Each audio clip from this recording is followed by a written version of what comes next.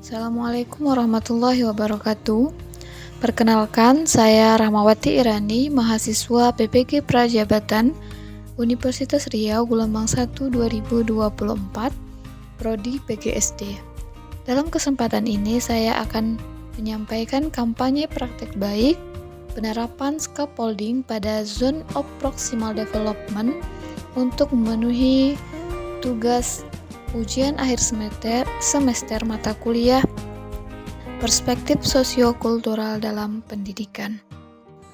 Adapun judul praktek baik saya adalah penerapan scaffolding pada Zone of Proximal Development atau ZVD untuk meningkatkan kemampuan menulis dan berbicara pada mata pelajaran Bahasa Indonesia di kelas 5A SDN 31 Pekanbaru.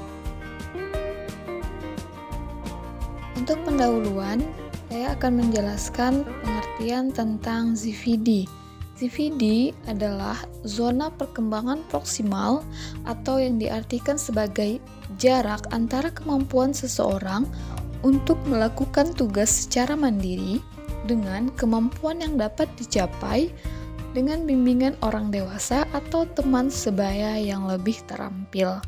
Sedangkan scaffolding adalah strategi pembelajaran yang dirancang untuk membantu siswa mengembangkan kemampuan mereka dengan memanfaatkan tingkat kemampuan mereka saat ini.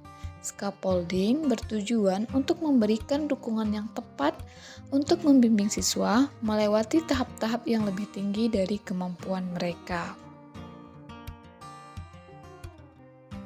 Adapun intervensi terkait penerapan scaffolding pada Zone of Proximal Development adalah yang pertama-tama, sebelum kita menerapkan scaffolding pada ZVD, kita harus mengidentifikasi terlebih dahulu ZVD siswa. Nah, ketika proses pembelajaran, saya terlebih dahulu melakukan diskusi tanya jawab kepada siswa untuk mengidentifikasi kemampuan mereka. Setelah saya memperoleh informasi tentang kemampuan mereka, maka saya akan menentukan aktivitas pembelajaran apa yang sesuai dengan kemampuan siswa, misalnya dengan memberikan materi yang tidak terlalu mudah ataupun tidak terlalu sulit. Nah, setelah saya menjelaskan materi-materi tersebut, saya juga melakukan bimbingan secara bertahap kepada peserta didik saya apa-apa saja yang mereka butuhkan dalam menyelesaikan tugas-tugas pembelajaran. Setelah itu, saya akan melakukan umpan balik dan penyesuaian apabila ketika saya memberikan dukungan itu masih belum mampu untuk menyelesaikan masalah siswa, maka saya akan mengubah metode seperti apa siswa yang bisa terbantu dengan pembelajaran saya. Tujuannya adalah agar meningkatkan keterampilan berpikir kritis dan pemecahan masalah pada peserta didik. Kemudian, scaffolding ini juga mengembangkan kemandirian siswa dalam belajar serta mencapai pemahaman yang lebih dalam dan lebih bermakna tentang materi yang dipelajari. Pada kegiatan aktivitas, setelah kita menjelaskan materi pembelajaran dan melakukan tanya jawab dengan peserta didik, maka saya mengelompokkan peserta didik dalam beberapa kelompok secara heterogen, di mana peserta didik bekerja sama dengan temannya, ada yang sudah memahami, ada yang masih belum paham. Nah, tujuannya adalah di dalam kelompok siswa dapat belajar dengan teman sebayanya. Setelah mengelompokkan kelompok, saya pun memberikan tugas kepada masing-masing kelompok. Di saat pemberian tugas dan pengerjaan tugas, saya memberikan bimbingan atau melakukan bimbingan kepada kelompok-kelompok yang mengalami kesulitan. Nah, kemudian dilanjutkan dengan mengevaluasi di mana siswa diminta untuk menampilkan atau mempresentasikan hasil kelompoknya di depan kelas. Adapun hasil yang dicapai dalam Penerapan scaffolding ini adalah kemampuan berbicara dan menulis siswa meningkat karena mereka menampilkan di depan kelas seperti apa kalimat tanggapan dan kalimat saran. Kemudian mereka juga menuliskan di lembar kerja peserta didik tanggapan mereka dan saran mereka terhadap situasi yang telah diberikan. Kemudian hasil peserta didik juga memuaskan. Kemudian tumbuhnya motivasi dan percaya diri pada siswa. Kemudian siswa memahami materi secara mendalam dan melatih kemandirian siswa dalam pembelajaran.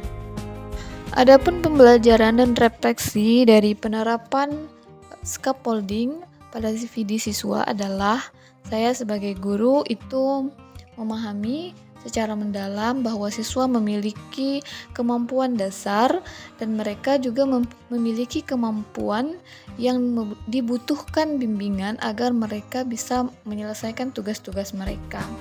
Kemudian sebagai seorang guru kita harus mempelajari strategi pembelajaran efektif seperti memberikan umpan balik kepada siswa, kemudian melakukan pertanyaan pemandu yang disesuaikan dengan tingkat perkembangan siswa.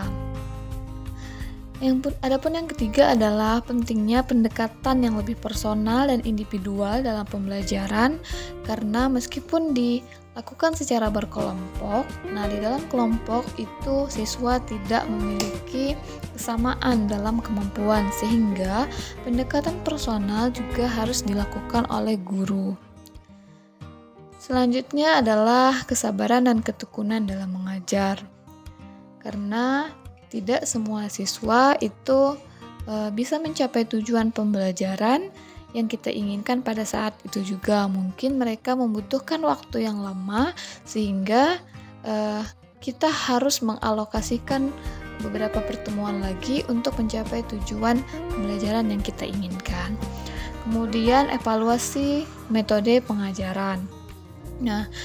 Kita harus mengevaluasi apakah metode yang kita terapkan itu sudah berhasil. Apabila tidak, maka kita bisa mencari metode-metode lain dalam proses pembelajaran.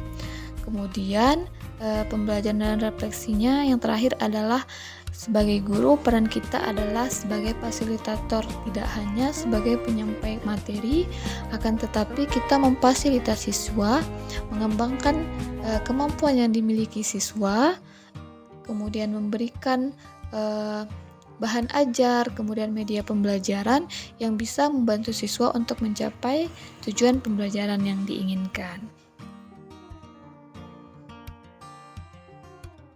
Berikut dokumentasi beberapa hasil belajar siswa. Siswa mendapatkan hasil belajar yang memuaskan dalam pembelajaran kali ini. Kemudian dokumentasi media pembelajaran yang saya gunakan adalah komik pop-up untuk menjelaskan atau mengidentifikasi kalimat tanggapan dan kalimat saran, serta kartu situasi yang berisi sebuah situasi di mana siswa diminta untuk memberikan tanggapan dan sarannya terkait situasi yang mereka dapatkan. Demikianlah praktik baik yang dapat saya bagikan, semoga bermanfaat. Terima kasih. Assalamualaikum warahmatullahi wabarakatuh.